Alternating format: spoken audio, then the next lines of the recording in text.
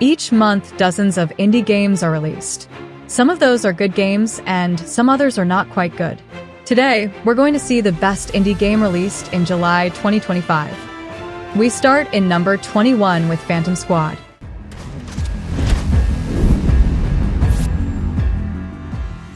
Phantom Squad will take you to an intense top-down tactical shooter that blends fast-paced combat with real-time strategy. Set against a backdrop of Black Ops infiltration, sabotage, and extraction missions, it immerses players in brutal graphic violence. At its core, Phantom Squad thrives on seamless teamwork and precision. Players choose from 4 distinct classes, from Recon, Breacher, Hacker, and Support, each bringing unique abilities to the field. The standout ghost pathing mechanic lets you pause the action to survey enemy patrols, queue commands, and synchronize your squad's movements for a choreographed assault.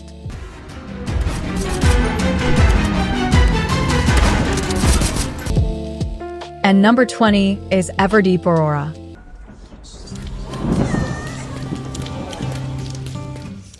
The game will charm player with its hand-drawn pixel art and a muted color palette that perfectly underscores its cozy dark fantasy setting.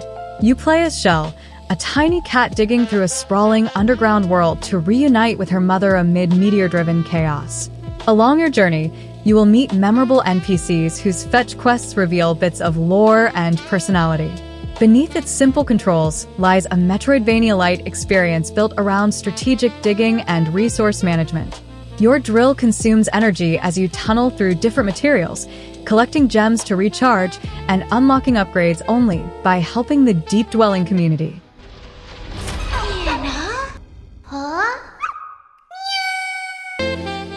In number 19, we got Brutal John 2.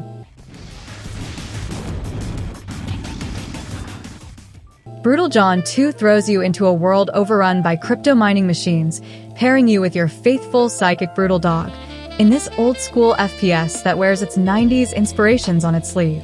From pixel-splattering headshots to explosives that send chunks of enemy bots flying, every level is a love letter to boomer shooters, complete with a pulse-pounding synth soundtrack and tongue-in-cheek humor. Underneath the retro facade, Brutal John 2 delivers tight, modernized gunplay, where every weapon packs satisfying weight and feedback. The arsenal's variety encourages you to experiment with loadouts, while enemy spawners keep the pressure high.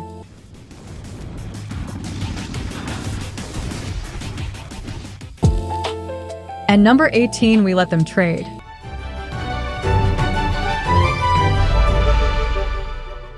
It's a cozy and relaxing city-building game where you play as the king, tasked with expanding a network of autonomous settlements that produce goods. Each city manages its own budget and resource needs. Also, you connect them via roads to establish trade routes. Beneath its serene facade, Let Them Trade offers a straightforward economy sim that rewards thoughtful planning over frenetic expansion. Research paths unlock more complex buildings, light bandit raids add a mild hazard you can toggle off, and the inclusion of a built-in map editor alongside campaign and sandbox modes provides both structured objectives and endless replayability.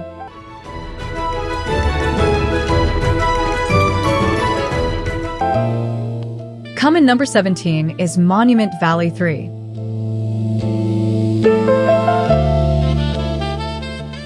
It's an isometric puzzle adventure from Ustwo that continues the series' signature blend of mind-bending architecture and meditative gameplay. You guide Lighthouse Keeper Nor through a world threatened by rising seas, manipulating surreal monuments and optical illusions to reveal hidden paths. Each level unfolds as a self-contained diorama, where rotating platforms, sliding panels, and perspective shifts come together in beautifully crafted geometry. The game stands with its sublime art direction and tranquil soundscape, turning every puzzle into a moving work of interactive art.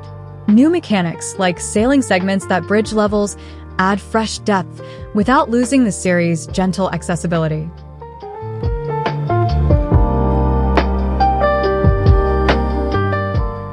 And number 16 is Grimshire.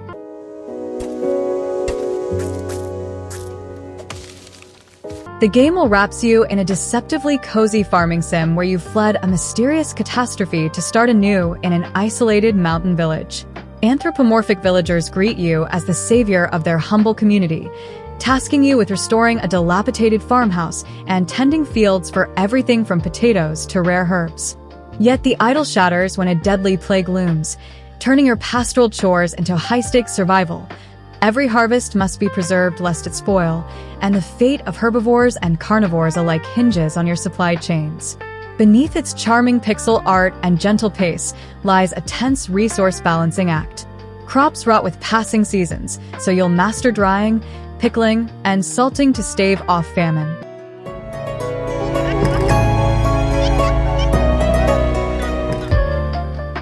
For number 15, we got Advent Neon. The game will throws you into Neopolis as Neon, a hypercharged digital avatar on a one-way mission to reclaim the stolen body of your creator. The city's neon-streaked rooftops and endless conveyor belts serve as your battleground. Along the way, you'll meet quirky allies and the death-defying Franca, whose seeming immunity to death fuels your quest to sabotage energy reactors and unmask buried conspiracies. Neon's 8-way dashing, including wave dashes, cancelable inputs, frame-perfect parries, and omnidirectional attacks let you chain endless combos and punish foes with micromanagement over every swing.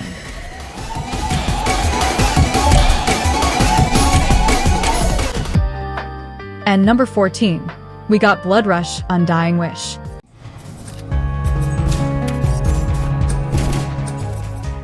The game will plunges you into a gothic, undying realm where death itself has gone missing, and it's up to you to restore the natural order.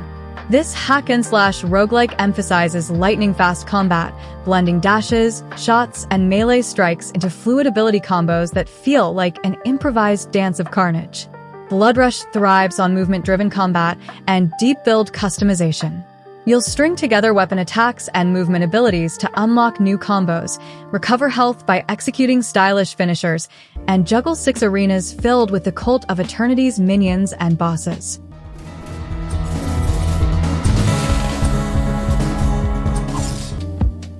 In number 13, we got the Karters 2 Turbocharged.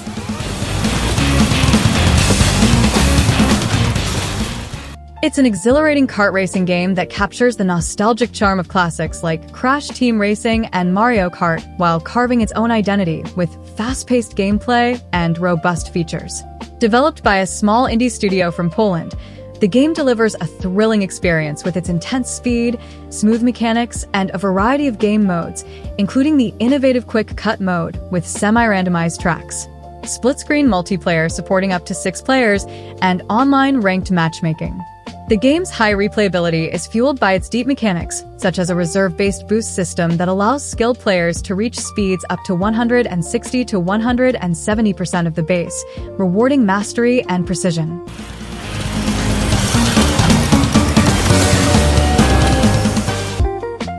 Next, in number 12, we got Will World.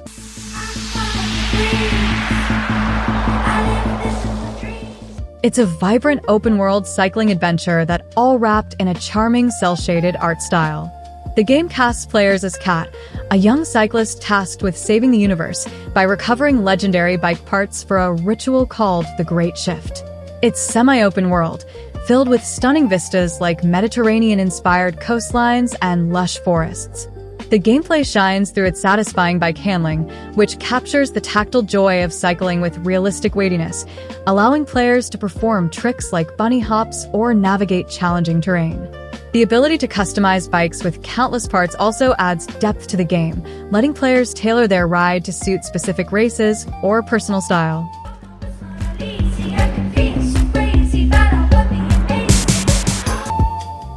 And in number 11, we got the great villainous strategy of Lily.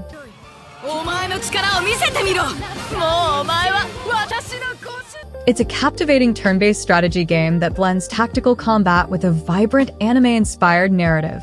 Its core strength lies in a unique capture stream mechanic, where players, controlling the rebellious Duchess Scarlet and her partner Lily, can capture enemy generals to recruit them as allies, each bringing distinct abilities and story-altering effects. This system, paired with the innovative use of live streaming as a warfare tool, allows players to manipulate battles by spreading propaganda, freezing enemy movements, or disrupting supply lines from a cutting-edge stream airship.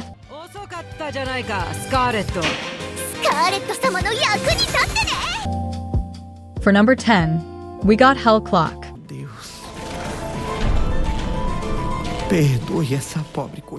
It's a gripping roguelite action RPG developed by Brazilian studio Rogue Snail, set against the backdrop of Brazil's War of Canudos. The game follows Paju, a warrior and clockmaker, on a vengeful quest to rescue his mentor's soul from a demon-infested hellscape. Its standout feature is the relentless ticking clock mechanic, which imposes a 7-minute timer per run, forcing players to balance speed, loot collection, and combat efficiency. The comic book-style visuals, with bold woodblock-inspired art and a haunting soundtrack featuring Brazilian viola certana, create an immersive atmosphere, while fully voiced dialogue in Brazilian Portuguese or English adds emotional depth to the story. Todos precisam saber sobre o que de fato aconteceu. Coming number 9, we got Brickadia.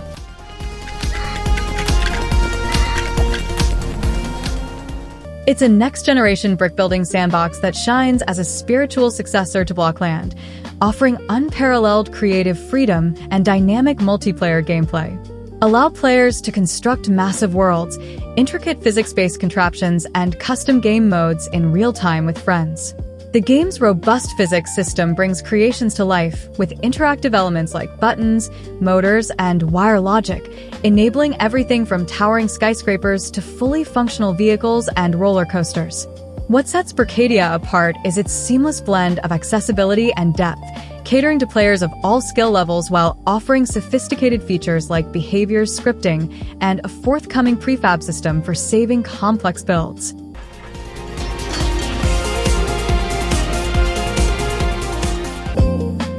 And in the number 8, we got Mycopunk. You already knew that. We're very close to New Atlas and our beloved paper. It's a chaotic co-op first-person shooter that stands out with its hyper-customizable gameplay, where players control the New Atlas Hazard crew to battle a planet-wide fungal catastrophe. The game's grid-based upgrade system lets players craft absurdly powerful sci-fi weapons like rocket lassos or infinite ammo immolators, while unique characters like Wrangler, a cowboy bot, and Bruiser, a brawling ex-security bot, offer distinct playstyles. The fast-paced, mission-based gameplay, inspired by Deep Rock Galactic and Helldivers, involves dropping onto fungal-infested planets, completing objectives, and fighting adaptive enemies that scavenge dropped items, adding strategic depth.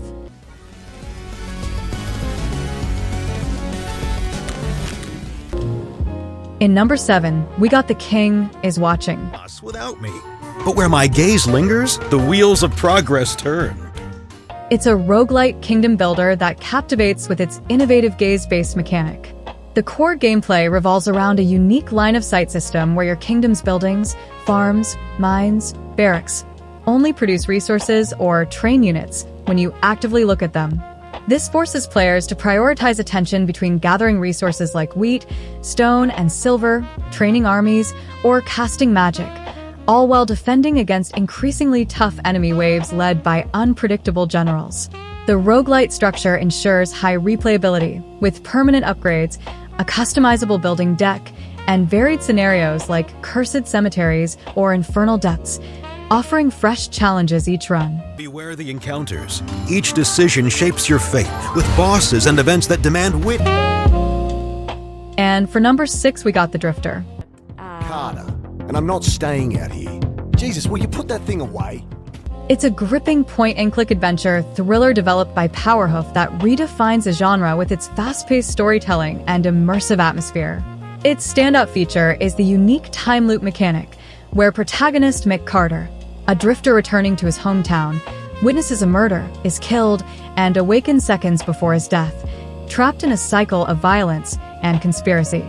This die-and-rewind system, paired with practical, investigative puzzles, like crafting a Molotov cocktail or interrogating a neurosurgeon, keeps the pacing lean and engaging, avoiding the genre's typical backtracking.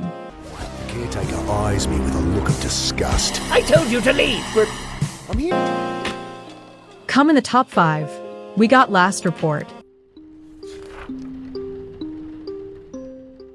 It's a chilling indie horror game that immerses players in the role of a night shift park ranger at Among Green Trees National Park. Its standout feature is the slow-burn psychological horror built around reviewing camera footage, where players scrutinize eerie photos and videos for anomalies, bloodstains, misplaced objects, or shadowy figures, while the forest outside grows increasingly unsettling. The game's core mechanic involves sorting reports, making critical decisions via radio dialogue with fellow rangers, and uncovering the park's dark history, with choices impacting the story's progression.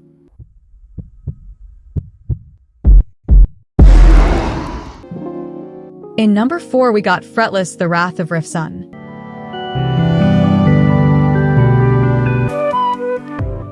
It's a vibrant turn-based RPG using music as a theme. Its standout feature is its innovative blend of deck building and rhythm-based combat, where players wield legendary instruments to unleash powerful riff attacks against musical hybrid monsters and the evil Super Metal Records boss, Rick Rifsun. The game's Guitar Hero-style fretboard mechanic for boss battles and super attacks, requiring timed inputs to deflect damage, adds an adrenaline-pumping layer to the turn-based system, reminiscent of Slay the Spire and Paper Mario.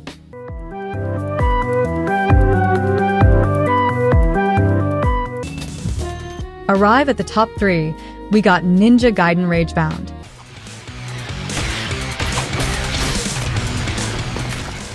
It's a triumphant return to the series' 2D side-scrolling roots.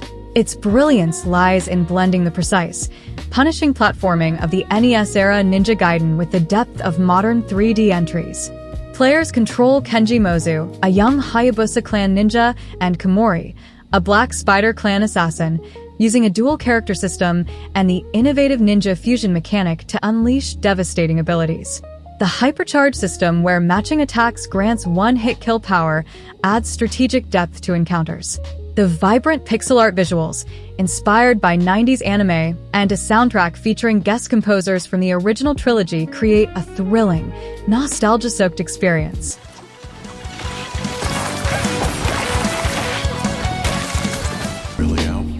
For number 2, we got Back to the Dawn.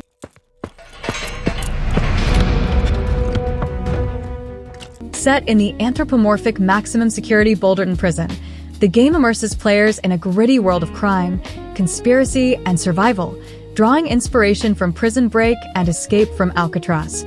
Players choose between 2 protagonists, Thomas the Fox, a framed journalist uncovering a city-threatening conspiracy, or Bob the Panther, an undercover agent on a final mission, each offering unique perspectives and interactions. The game's strength lies in its deep choice-driven mechanics, with over 100 handcrafted quests, multiple escape routes, and a 21-day time limit that creates urgency. The pixel art visuals, blending 2.5D stylized aesthetics and a robust social system, allow players to forge alliances, join gangs, or manipulate inmates.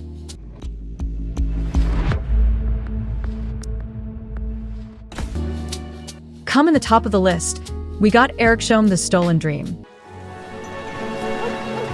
Good morning.